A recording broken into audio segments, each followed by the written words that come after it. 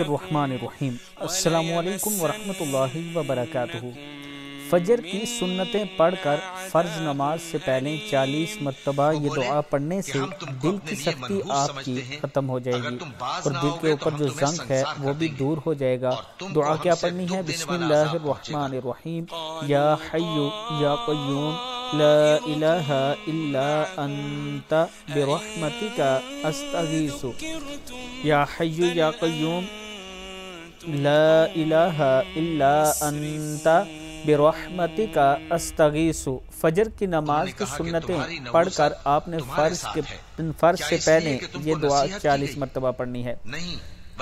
اس کے ساتھ اگر آپ ذاتی مکان اور روزی کے حصول کے لیے پڑھنا چاہتے ہیں تو بسم اللہ الرحمن الرحیم۔ وَلَقَدْ مَكَّنَّاكُمْ فِي الْأَرْضِ وَجَعَلْنَا لَكُمْ فِيهَا مَعَايِشَ قَلِيلًا مَا تَشْكُرُونَ۔